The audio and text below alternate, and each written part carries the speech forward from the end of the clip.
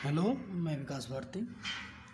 आज हम class 8 history NCERT का चैप्टर नंबर 3 ग्रामीण क्षेत्र पर शासन चलाना का अध्ययन करेंगे।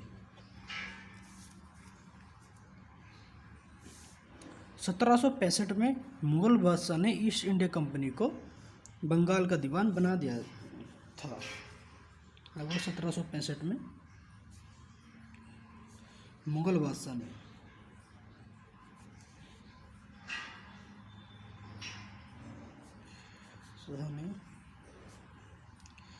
ईस्ट इंडिया कंपनी को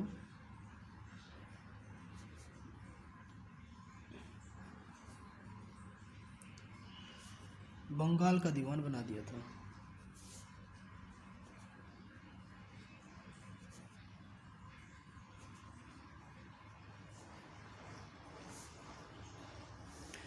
और जैसे ही अंग्रेजों के पास बंगाल की दीवानी आई या दीवान के तौर पर,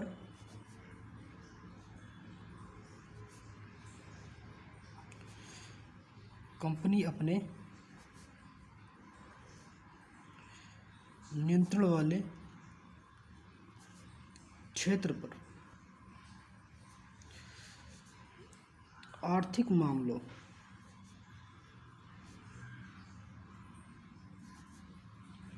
को या आर्थिक मामलों की मुख्य शासक बन गए।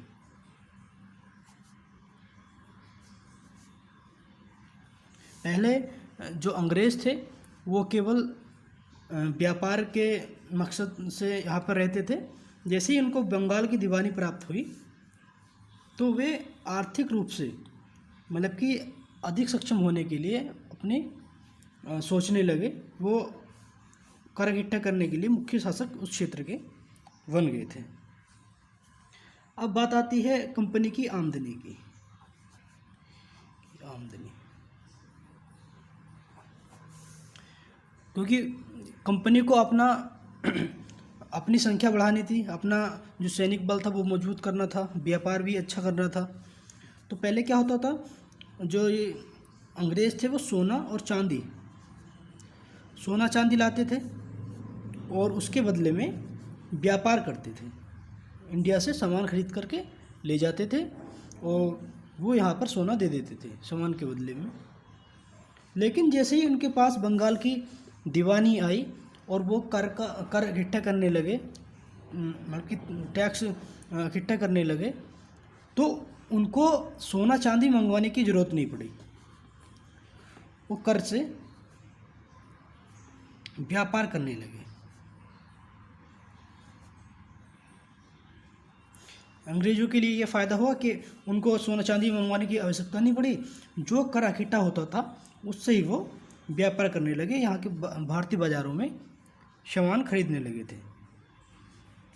ये सब चलता रहा, कर में वृद्धि होती रही कई जगहों पर। लेकिन समस्या एक बार बंगाल की जो अर्थव्यवस्था है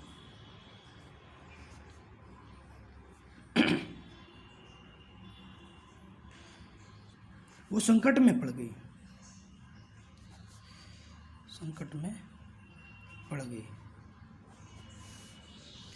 जो मजदूर थे या जो गांव वाले थे,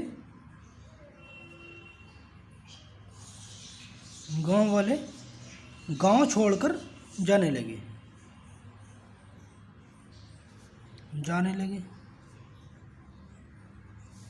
और जो किसान थे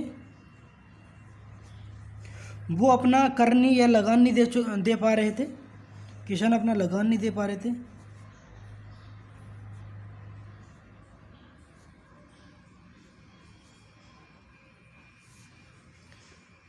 ये सब जो समय था वो 1770 का समय था। 1770 में बंगाल में एक अकाल पड़ा।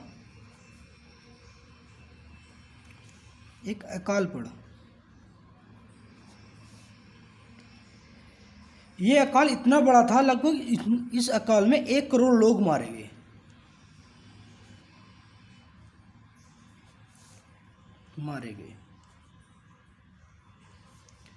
इस अकाल में 1 करोड़ लोग मारे गए। तो इस व्यवस्था से इस अकाल से बहुत ज़्यादा जो कंपनी थी उसकी अर्थव्यवस्था बिगड़ गई, उसके पास धन की बहुत ज़्यादा कमी हो गई। तो इन सब चीज़ों को सही करने के लिए वो 1793 में स्थायी बंदोबस्त लाए।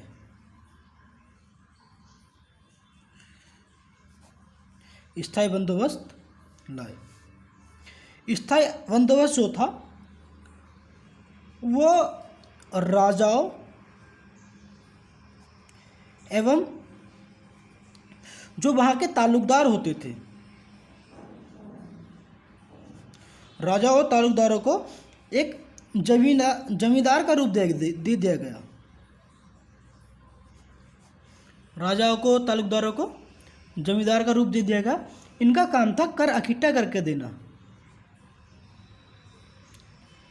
इकट्ठा करके देना। ये कर इकट्ठा करके देते थे। अब इसके बाद ये व्यवस्था भी इतनी कारगर नहीं हुई, क्योंकि जो जमींदार, जो राजा और ताल्लुकदार थे, वो कर सही से नहीं चुका पा रहे थे और इनकी वित्तीय स्थिति अंग्रेजों की अच्छी नहीं हो रही थी। इसलिए बाद में लाए एक महालवाड़ी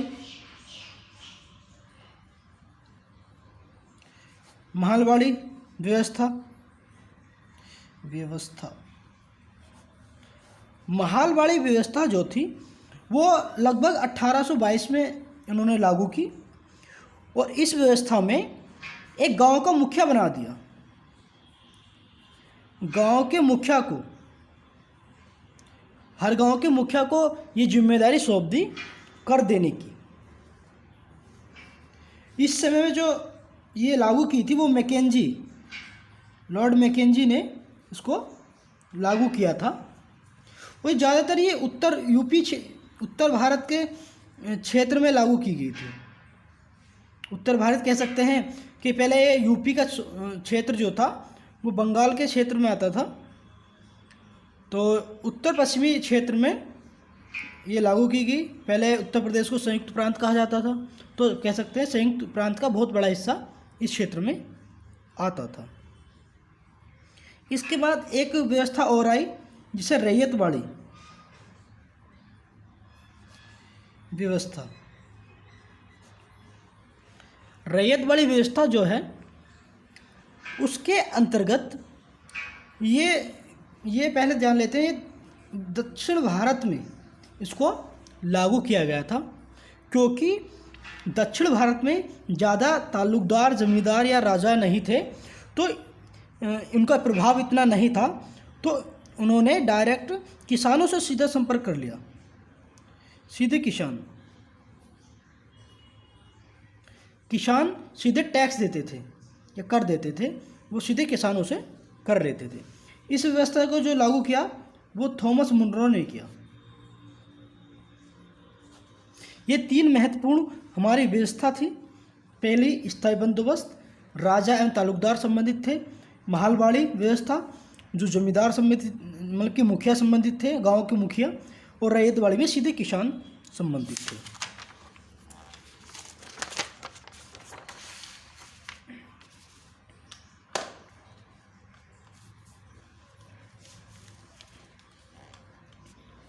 अब 18वीं सदी के या शताब्दी के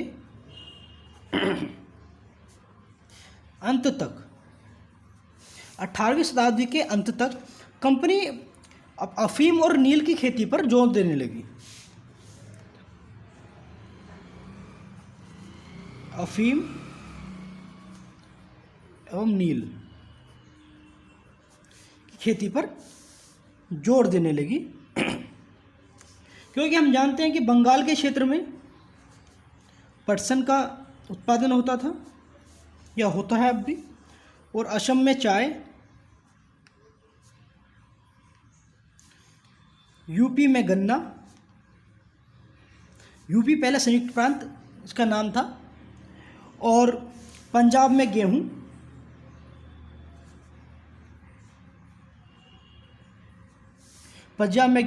और मद्रास के क्षेत्र में चावल का उत्पादन होता था। इनका जो बंटवारा किया गया था वहाँ की उस क्षेत्र की जलवायु और ज़मीन की उर्वरकता या उत्पादकता के हिसाब से इनका बंटवारा किया गया था कि किस जगह पर कौन सी फसल अच्छी हो सकती है या किस फसल के लिए यहाँ की जलवायु अनुकूल है। अब नील की खेती,